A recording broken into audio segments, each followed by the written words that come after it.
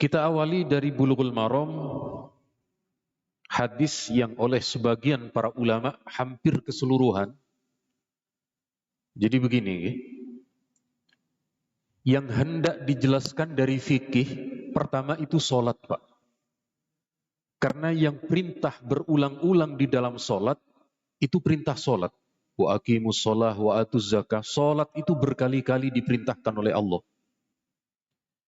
Karena Allah memerintahkan untuk melakukan solat, Allah memerintahkan untuk melakukan ibadah solat, supaya panjenengan napa namanya bisa memahami ini ayatnya. Ini ayat di dalam Al-Quran tentang perintah solat. Tetapi sebelum solat, idza kumtum ilas solati faghsilu wujuhakum. Kalau kalian ingin mendirikan solat, maka wudhu dulu, basuh dulu. Jadi sebelum menjelaskan solat, menjelaskan wudhu. Karena Allah berfirman tentang wudhu, wudhu itu menggunakan air.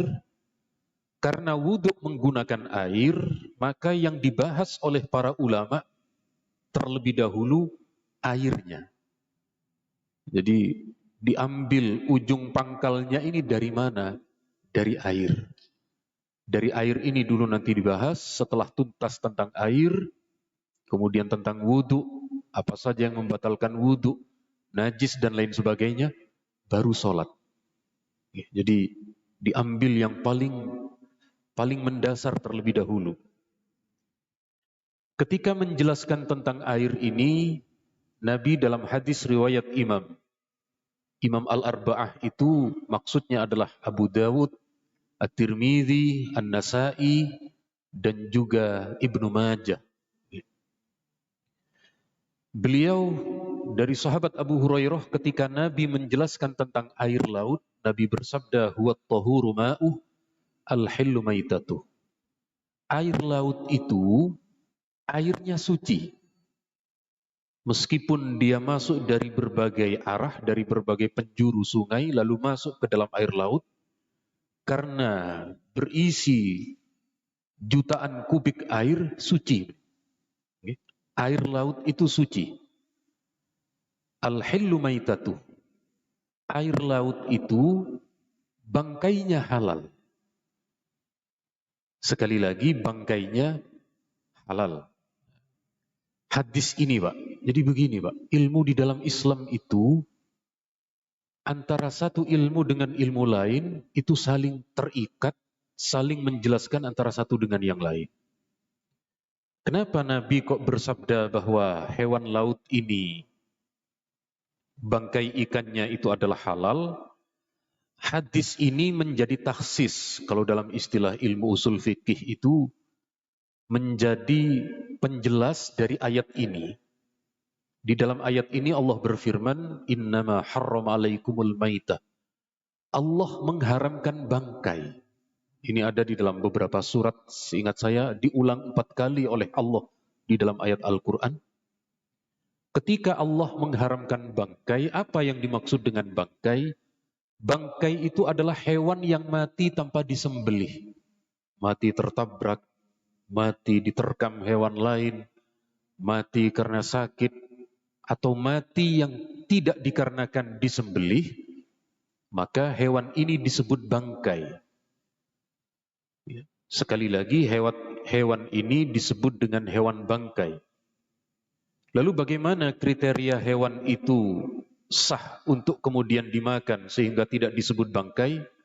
Nanti akan kita jelaskan kalau kajian kita masih bisa berlanjut. Nanti menjelang Idul Kurban, menjelang Idul Kurban insya Allah kita jelaskan tentang berkaitan dengan tata cara menyembelih. Menyembelih yang dihalalkan oleh agama itu terputusnya 2 rongga. Rongga nafas dan rongga makanan. Kalau kedua-duanya sudah terputus, maka halal. Dagingnya halalan thayyibah. Itu sekali lagi, nanti Pak, kalau waktu kurban. Memang saya tidak punya nyali pembunuh. Saya tidak punya nyali bakat untuk nyembelih, Pak. Nyali saya itu memakan dagingnya, Pak. Jadi, baik di sate atau di gulai, insya Allah Insya Allah tidak ada masalah ini. Nah, ketika Allah di dalam ayat ini mengharamkan bangkai, maka Nabi memberi pengecualian. Apa pengecualiannya? Pengecualiannya adalah bangkainya hewan laut. Panjenengan yang makan ikan pindang, bandeng, salmon, dan lain sebagainya, itu sejak ditangkap di laut, itu sudah mati itu Pak. Terus masuk ke pasar, terus ke rumah kita masak, halal itu. Apa bedanya? Kenapa Nabi kok membedakan bangkainya ikan laut halal, sementara bangkai hewan darat itu tidak dihalalkan kalau tidak disembelih? Faktornya satu, darah Pak. Darah. Makanya hewan darat itu sebelum halal dimakan, dia disembelih agar darahnya keluar semua. Ya, agar darahnya keluar, sementara ikan itu darahnya tidak banyak. Ya, darahnya cuma sedikit. Ya, jadi sekali lagi, dalam hadis ini Nabi memberi penjelasan berkaitan dengan masalah airnya ikan laut itu suci dan ikannya kalaupun mati ini halal. Ada sedikit Pak, ini ada sedikit penjelasan di negeri kita ini yang alhamdulillah negara kepulauan terbesar, lautnya itu melimpah, cuma sayangnya penduduknya ini lebih senang makan hewan darat, Pak. Dan ternyata orang yang bangsa yang mengelola ikan terbesar itu bukan Indonesia. Negara-negara kecil yang lautnya kecil, Pak. Jadi konon kata orang itu di Indonesia ini, lautan di pesisir utara Jawa dan Kalimantan itu tempat paling nikmat bagi hewan untuk tumbuh beranak pinak. Tapi giliran besar dia pergi, Pak. Ada yang ke daerah Asia sana, ada yang ke Australia. Cuma sekali lagi di antara tempat yang paling nikmat bagi ikan, surganya ikan itu sebenarnya di negeri kita. Dan ketika Nabi bersabda Nabi bersabda hadis ini, Mekah dan Madinah itu jauh dari laut, Pak. Dan ternyata sekali lagi, ini nikmatnya oleh Allah dikaruniakan dan diberikan kepada kita. Kemudian berikutnya, ini hadis yang kedua. Jadi mohon maaf Pak, penjelasannya mencolot-mencolot, tidak apa-apa nggih. Tapi ada dalilnya Pak, gitu loh. Saya ini tidak ngomong sembarangan. Saya di pondok dulu sudah diajari, sudah dibekali pelajaran, alhamdulillah.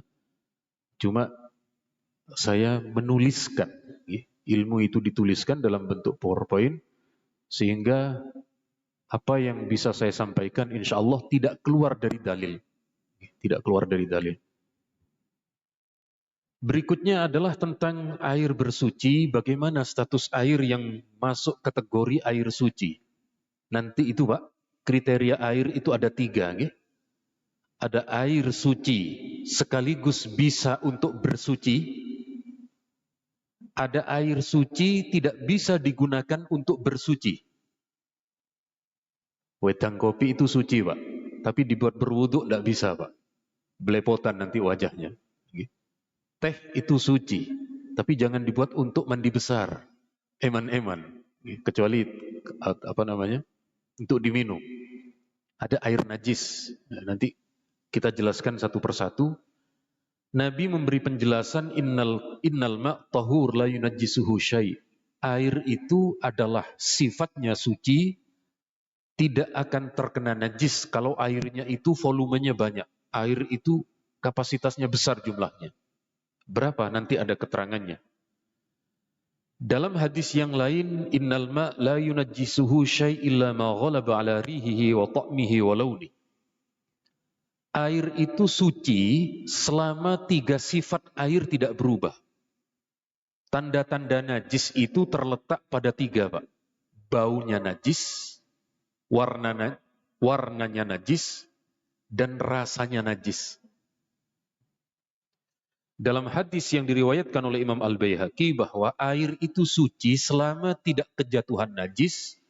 Kalau kemudian kejatuhan najis dan di air itu berubah dari 3 sifatnya, yang awalnya air itu jernih, bening, kemerah-merahan, terlihat, berarti najis itu, Pak. Misalnya ada orang yang tangannya terluka, ada darah, terus bercucuran, lalu darah itu masuk ke dalam air, sehingga air itu menjadi kemerah-merahan, najis itu. Menjadi najis. Caranya bagaimana? Dikuras dulu. Dikuras dulu sampai habis, masukkan air yang baru. Atau bau, Pak. Misalnya ada sebuah sumur, ya. Ada sebuah sumur, lalu kejatuhan ayam, Pak.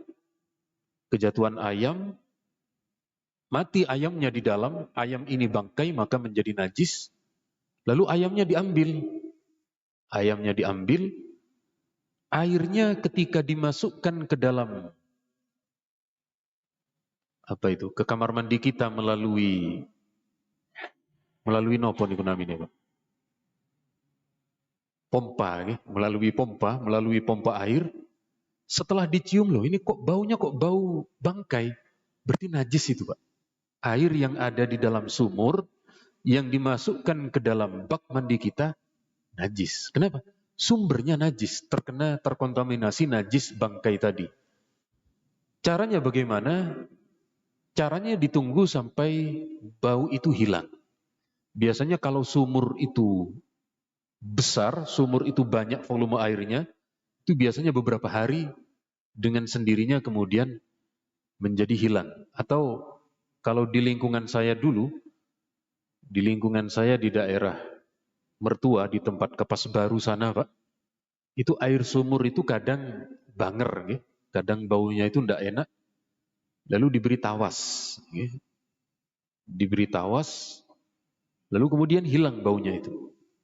Dan kemudian suci bisa digunakan untuk mandi.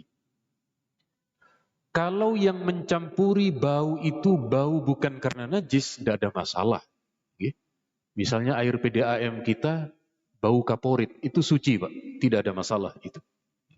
Sekali lagi, yang dimaksud ada bau ataupun juga warna, itu adalah najis. Apa saja najis? Nanti ada kencing, ada kotoran, ada hewan dan lain sebagainya. Nanti ada di belakang kategori najis. Atau rasanya, Pak. Misalnya kita punya di rumah itu kan ada tempat air, lalu kejatuhan tikus. Kejatuhan tikus mati. Setelah diangkat, tikusnya dibuang, airnya nampak jernih. Setelah dicium, seolah tidak ada bau amis-amisnya. Coba dicicipi. Ada yang mau apa enggak ini, Pak? Loh, kalau hadisnya ada rasa, Pak. Kan ada rasa ini. Cuma kita enggak mau. Kita enggak usah mencicipi. Pokoknya di situ ada benda najis yang mati, yang jatuh ke situ, sudah. Ganti dengan air baru. Jangan coba-coba, apa namanya, apalagi tikus itu, apa namanya, minal khaba'is, hewan yang menjijikkan. Atau 10 kali panjenengan jangan ambil resiko, ganti airnya dengan air yang baru, kemudian baru disebut dengan air suci yang mensucikan. Berapa jumlah air yang di situ bisa kategori suci dan digunakan untuk bersuci pula adalah air yang mencapai 2 kullah, Pak. Jadi kalau air sudah mencapai 2 kullah, ini bahasa hadis dulu kita jelaskan. Jadi begini, Bang, ya. Ada beberapa di masa Rasul, di masa Nabi yang kita hari ini berada di masa modern sudah banyak mengalami perubahan. Dulu di masa Nabi itu berat itu menggunakan nama miskol, Pak. Gram itu miskol di Arab. Sekarang di Indonesia miskol itu orang yang punya HP tapi tidak ada pulsanya, Pak. Jadi cuma bisa miskol saja. Itu sudah berubah itu ya. Bahasa-bahasa itu sudah berubah. Dulu di zaman Nabi kilometer itu namanya adalah marhalah. Hari ini kita menyebutnya kilometer. Tidak ada masalah meskipun itu terjadi perubahan. Dulu zakat di masa Nabi, zakat fitrah itu berupa kurma, gandum. Kita hari ini kalau di Indonesia, saya ingin sesuai sunnah Nabi, lalu mengeluarkan zakat fitrah berupa kurma. Tidak ada yang mau makan, Pak. Sebab kurma itu kalau di Indonesia cuma makanan ringan, cemilan, makanan pembuka. Makanan pokoknya adalah beras. Maka ketika kemudian kita hari ini dengan di masa Rasulullah terjadi perbedaan istilah, terjadi perbedaan nama dan lain sebagainya, tidak ada masalah, yang penting perintahnya dilakukan. Perintahnya Nabi itu kan zakat fitrah. Mengeluarkan dari harta kita, diberikan kepada fakir miskin. Itu yang terpenting kita lakukan. Terkait bentuknya, antar negara beda-beda, Pak. Boleh jadi berupa gandum, boleh jadi berupa roti, di kita berupa beras dan lain sebagainya. Lalu berapa ukuran dua kullah yang dimaksud dalam hadis Nabi ini? Para ulama kita, diantaranya Syekh Wahbah Az-Zuhaili, ulama dari Syria, yang baru saja wafat kira-kira 3 atau 4 tahun yang lalu. Syekh Wahbah itu karena beliau orang Arab dan beliau memahami ilmu kemodernan hari ini, beliau kemudian mengukur antara zaman dulu dengan zaman sekarang. Menurut beliau, kalau 2 kullah itu dibentukkan liter air adalah 270. Cuma kan kita tidak pernah ngitung itu, Pak. Ini ukuran kamar mandi saya berapa liter, bukan itu ukurannya. Kalau beli bak mandi boleh jadi, ya. Misalnya beli bak mandi yang memuat 500 liter, 1000 liter, itu gampang. Tetapi kalau kita buat di rumah, bagaimana cara mengukurnya? Adalah dengan sentimeter, 60 cm sama sisi. Panjang, dalam, dan lebar. Itu ketika berisi 60 cm, sudah memuat 2 kullah seperti yang disabdakan dalam hadis Nabi SAW. Bisa dimengerti napa boten, Pak? Bisa, nggih? Nah, niki yang bisa digunakan untuk bersuci adalah kriteria jenis air pertama. Kalau dalam istilah fikih di kitab-kitab klasik itu namanya tahirun mutahhir. Airnya suci, bisa digunakan untuk bersuci. Kemudian ada air suci tetapi tidak bisa digunakan untuk bersuci. Contoh lain, ya, contoh lain itu adalah es degan, Pak. Panjenengan mau wudhu, PDAM tidak nyala. Lalu tangga di depan rumah menjual degan. Anda borong degannya. Pak, itu degannya saya borong. Airnya kumpulkan jadi satu. Untuk apa, Pak Haji? Untuk wudhu. Tidak bisa, Pak. Kenapa? Itu bukan air suci mensucikan. Bukan air mutlak, tetapi air degan. Jadi yang bisa digunakan berwudhu adalah air itu saja, yang tidak ada embel-embel nama di belakang. Termasuk ini, Pak. Kalau mau memandikan jenazah, itu ada sebagian di lingkungan kita ketika mencampur dengan bunga mawar. Bunganya jangan dicampur dulu. Mandikan dulu jenazahnya, baru di bagian terakhir itu dikasih bunga mawar, tidak ada masalah. Banyu kembang. Jadi ketika diletakkan di awal, ini yang kemudian nanti bukan disebut dengan air mutlak, tetapi banyu kembang. Jadi sekali lagi, di sini sudah ada, apa namanya ini? Mutinnya apa tereng, Pak? Mutin? Sudah ada, ya? Oh, alhamdulillah. Jadi kalau belum ada, Pak, kalau belum ada, panjenengan diajukan oleh RW nanti disampaikan ke kelurahan, dari kelurahan ke kecamatan, dari kecamatan ke dinas sosial. Mumpung dinas sosialnya dekat di Arif Rahman Hakim ini, kebetulan saya yang menjadi instruktur pelatihan jenazah. Jadi insya Allah besok ini hari Sabtu tanggal 20 ini ada pengangkatan mutin baru. Kalau yang punya bakat punya keberanian dengan jenazah, monggo. Nggih. Tapi biasanya kan kelihatannya gagah, begitu ketemu jenazah itu menciut, Pak. Itu juga ada tipikal semacam. Ada kelihatan kecil, kelihatan tidak pemberani, pegang jenazah berani. Jadi itu ilmu ilmu bakat itu, Pak. Ilmu bakat. Nah, jadi kalau bisa yang muda-muda yang diajukan, ya. Sebab ketika saya memberi pelatihan di Modin itu rata-rata usianya 60, 70, Pak. Tapi mereka panjang umur semua.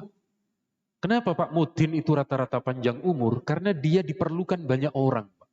Dicari orang. Kalau ada perlu, ada meninggal, yang dicari Pak Modin. Makanya oleh Allah dipanjangkan umurnya. Makanya kalau panjenengan pingin panjang umur, daftar Modin, Pak. Allahumma sholli ala Muhammad. Dan Modin itu tidak ada jam tugasnya, Pak. Ada orang meninggal jam 8 pagi, disusul jam 8 datang. Meninggal jam 10 malam, disusul jam 10 datang. Sampai kadang jam 2, jam 3 disusul datang, Pak. Pak Modin itu. Kemudian ada air najis nanti kita jelaskan. Ada air mustakmal. Air mustakmal itu namanya air bekas. Air bekas bersuci. Bagaimana maksudnya? Ini yang terdapat dalam hadis riwayat Imam Muslim. La yaghtasilu ahadukum fil ma'id da'im wa huwa junub. Janganlah di antara kita kalau ada junub, kalau ada di antara kita yang junub. Junub itu apa? Perinciannya pada pertemuan-pertemuan yang akan datang. Junub itu faktornya ada banyak, Pak. Ada karena keluar sperma, mimpi basah. Ada kalanya karena bersetubuh. Ada kalanya perempuan itu haid, lalu suci, lalu dia mandi besar, atau setelah dari nifas, atau setelah dari melahirkan. Dalam hadis ini kata Nabi, kalau ada di antara kita junub, jangan masuk ke dalam bak mandi. Kecuali bathtub. Kalau bathtub itu setelah mandi di dalamnya kan begitu dicabut, airnya dibuang, ditutup, berisi lagi, tidak ada masalah. Ini maksudnya kolam mandi. Kolam mandi. Kolam mandi yang tidak sampai 2 kullah. Misalnya air itu tidak terlalu banyak, lalu kemudian mandi nyemplung ke dalam, begitu kita keluar dari tempat mandi, air itu menjadi mustakmal, Pak. Mustakmal itu bekas. Bekas digunakan untuk bersuci. Nah, air yang sudah digunakan untuk bersuci oleh orang lain, ini tidak boleh digunakan orang lain untuk bersuci. Nah, ini di dalam hadis ini, dalam riwayat, masih diriwayatkan oleh Imam Muslim dan lain sebagainya, Abu Dawud dan An-Nasai, janganlah seorang laki-laki mandi dari bekasnya perempuan, la yaghtasilu rajul bifadli ma'ir mar'ah. Janganlah laki-laki mandi dari bekas airnya perempuan dan sebaliknya. Lalu bagaimana? Wal yaghtarifa jami'an. Hendaknya masing-masing suami istri itu pakai gayung. Pakai gayung, tidak masuk nyemplung ke dalam bak air yang itu sedikit kurang dari 2 kullah. Kalau kolam renang tidak ada masalah, Pak. Jadi kalau kolam renang yang besar itu tidak ada masalah bagi kita masuk nyemplung ke sana. Misalnya panjenengan punya kolam mandi, kolam renang pribadi, setelah junub langsung nyemplung tengah malam begitu, tidak ada masalah. Kalau itu volume airnya banyak dan jumlahnya besar. Tapi kalau sedikit, jangan. Sebab sekali lagi, perintah oleh Nabi di dalam hadis ini digayung. Terus bagaimana kalau pakai pancuran? Bahasanya apa, Pak? Pancuran, Pak? Shower, keran atau shower. Diputar lalu, kalau itu tidak ada masalah. Karena tidak ada percikan air yang kembali ke air tersebut. Airnya terus mengalir, tidak ada masalah itu. Intinya, Nabi memerintahkan bagi kita kalau mandi, itu bukan pada air tergenang tetapi air yang mengalir. Dan itu sejalan dengan kesehatan menurut medis kita. Kesehatan kita para medis itu kalau memerintahkan untuk membasuh itu kan pakai air mengalir, Pak. Ternyata Nabi kita dari dulu sudah lebih mengawali tentang efisiensi dan juga kehigienisan. Tidak tahu betul apa enggak ini. Higienis, Pak. Artinya tidak mudah tercampuri kuman, bakteri, dan lain sebagainya. Ternyata Nabi kita meskipun konsepnya sederhana, menggunakan gayung, ternyata hari ini sekali lagi masih relevan dan sesuai dengan perkembangan zaman modern hari ini. Understand apa enggak ini, Pak? Understand, ya? Jangan under saja, Pak. Kalau under itu masih dipertanyakan. Kalau underwater masih tidak ada masalah. Kalau underwear itu, sebab under itu banyak maknanya. Kemudian berikutnya adalah hampir sama, karena ini juga sudah hampir berkaitan dengan tema yang lain, maka saya cukupkan sekian terlebih dahulu. Dan hitung-hitung ini ngaji perdana, Pak. Kalau ngaji perdana langsung banyak, itu biasanya membosankan, Pak. Makanya sedikit-sedikit aja dulu.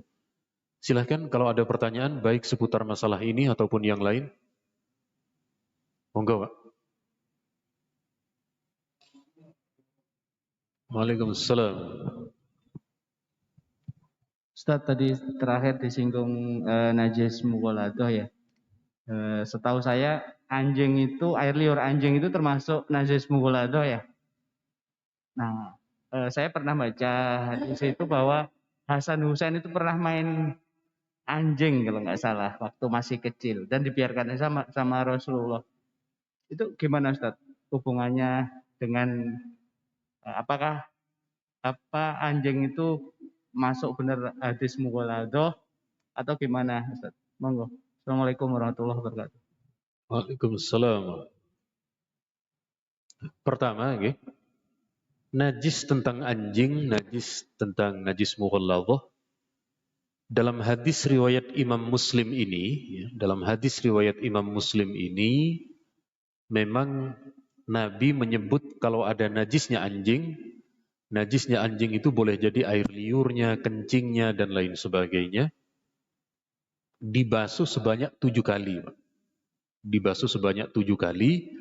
Itu menurut versi madhab Imam Syafi'i. Kita lihat dalam hadis riwayat Bukhari. Jadi di dalam hadis Bukhari itu ada sebuah penjelasan. Ada sebuah penjelasan tentang bagaimana dahulu di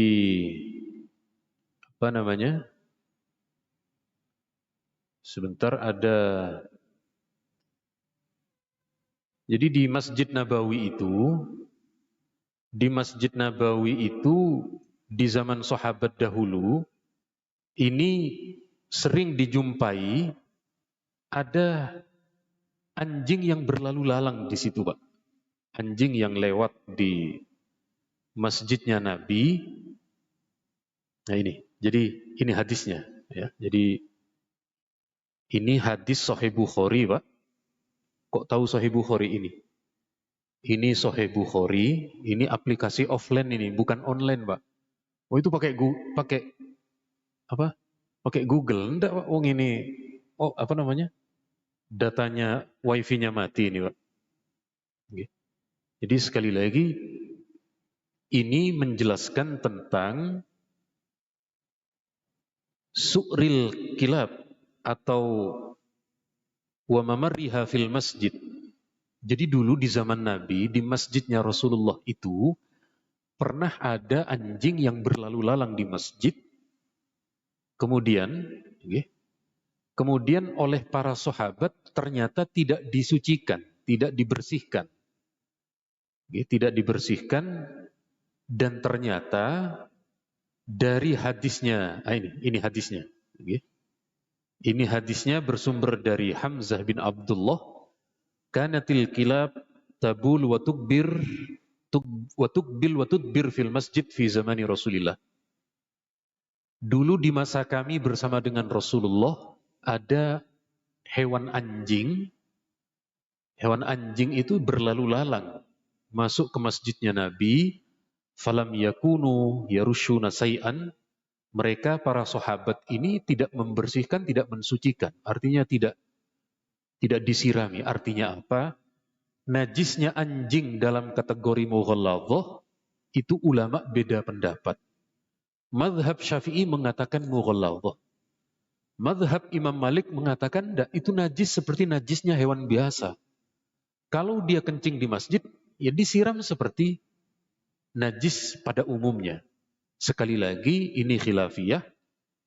Ada lagi kemudian yang mengatakan, hadis ini, hadis tentang berlalu lalangnya anjing di masjidnya Rasulullah, itu sebelum diberlakukannya hadis ini. Itu perbedaan pendapat ulama dalam khilafiyah perdebatannya. Tetapi sekali lagi, kalau kemudian ada hewan anjing di masa Rasulullah, ada sahabat yang merawat anjing dan seterusnya, itu bagaimana?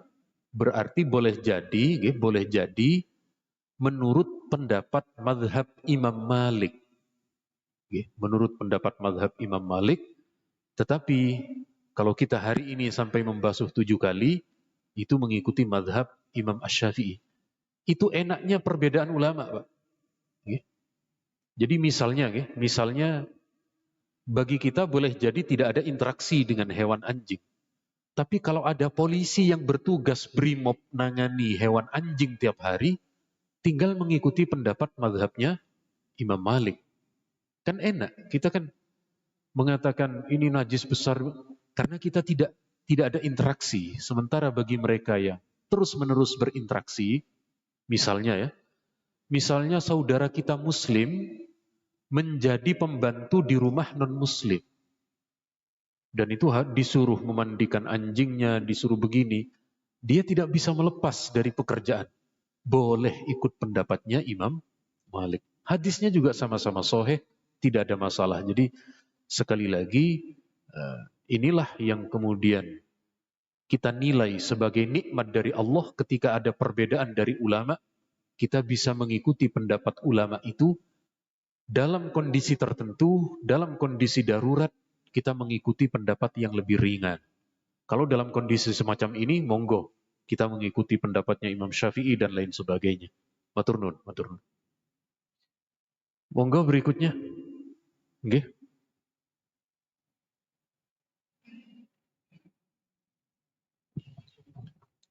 Assalamualaikum warahmatullahi wabarakatuh.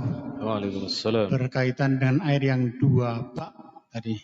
2 bak itu ini 60 cm, tingginya 60 cm, berarti segini. Ini 60 cm. Okay. Berarti ini termasuk 2 bak. Yang saya tanyakan, apakah bisa kita kalau yang untuk tadi untuk junub nggak mungkin segini, untuk junub kan nggak mungkin.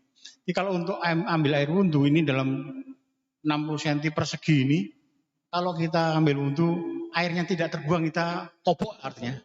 Itu yang berikutnya termasuk mustakmal, bisa untuk bersuci lagi atau enggak? Atau bisa enggak kita ambil wudhunya di kopok, tangan masuk, gini, terus tangan masuk. Bisa enggak kita? Terima kasih.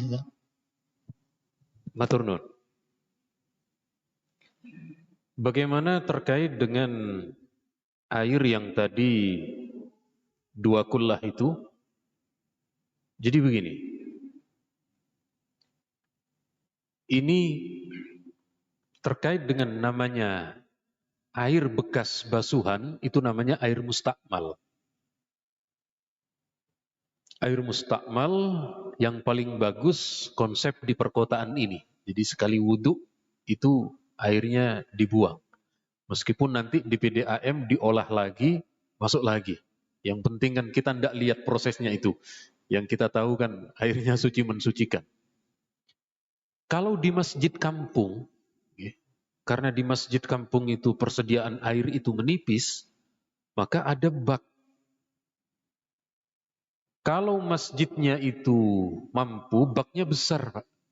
Tapi kalau tidak mampu, kecil biasanya. Kalau ini kecil, maka berwuduknya pakai gayung saja. Diambil gayung, kita ke pinggir, berwuduk. Kalau bak itu tidak sampai 2 kullah, lalu kita berwuduk begini, terus kecipratan ke tempat air yang kurang dari 2 kullah, biasanya maaf ya, biasanya di PDA, di POM biasanya. Kamar mandi POM itu kan biasanya kecil itu. Itu kurang dari 2 kullah. Kalau wuduk di situ lalu tangannya dimasukkan kecipratan ke dalamnya, namanya mustakmal. Kecuali kalau air kerannya dinyalakan. Ya, kerannya dinyalakan, meskipun kurang dari 2 kullah, ini kemustakmalan itu tercampur dengan air baru. Itu tidak ada masalah kalau ada air keran. Tapi kalau tidak ada, lebih aman menggunakan gayung. Jadi kenapa di dalam Islam itu air mustakmal, khususnya dalam mazhab Syafi'i, air mustakmal itu tidak diperbolehkan, apalagi kalau kurang dari 2 kullah, khawatir, khawatir kemudian ada bakteri, ada kuman dan lain sebagainya. Terus kemudian lagi, memang ada pendapat dari mazhab lain, air 2 kullah itu masih boleh. Kalau kurang 2 kullah, air mustakmal itu masih boleh digunakan untuk berwudu. Kita lihat ya. Jadi saya lebih senang kalau semua pendapat itu dipaparkan, semua pendapat itu kita florkan, agar suatu saat andaikan kita dalam keadaan kepepet, lalu kemudian bisa menggunakan pendapat ini. Jadi ada satu kitab namanya Al-Fiqhu 'alal Madzahibil Arba'ah, atau fikih perbandingan 4 mazhab. Fikih perbandingan 4 mazhab. Ini karya Syekh Abdurrahman Al-Jazairi. Jadi di sini ma'ul mustakmal atau air yang baru digunakan untuk digunakan bersuci itu sah tetapi makruh. Artinya ada pendapat ulama yang mengesahkan. Siapa yang mengesahkan? Yang mengesahkan itu lagi-lagi mazhab Maliki. Kebetulan malam ini banyak kita menyebut mazhab Maliki yang kemudian mereka mengatakan bahwa menggunakan air mustakmal ini Al-Malikiyah ya. Al-Malikiyah ini mazhab Maliki maksudnya. Kemudian beliau jelaskan di bagian bawah. Di bagian bawah ini makruh hukumnya menggunakan air mustakmal tetapi wuduknya sah. Itu mazhab Maliki. Mazhab Syafi'i tidak sah. Harus menggunakan air yang baru yang bukan menjadi bekas dari bersuci sebelumnya. Monggo kalau ada pertanyaan lagi. Saya mengikuti mic kemana, suara mana, itu yang saya jawab. Sebab yang angkat tangan ini cukup banyak tadi.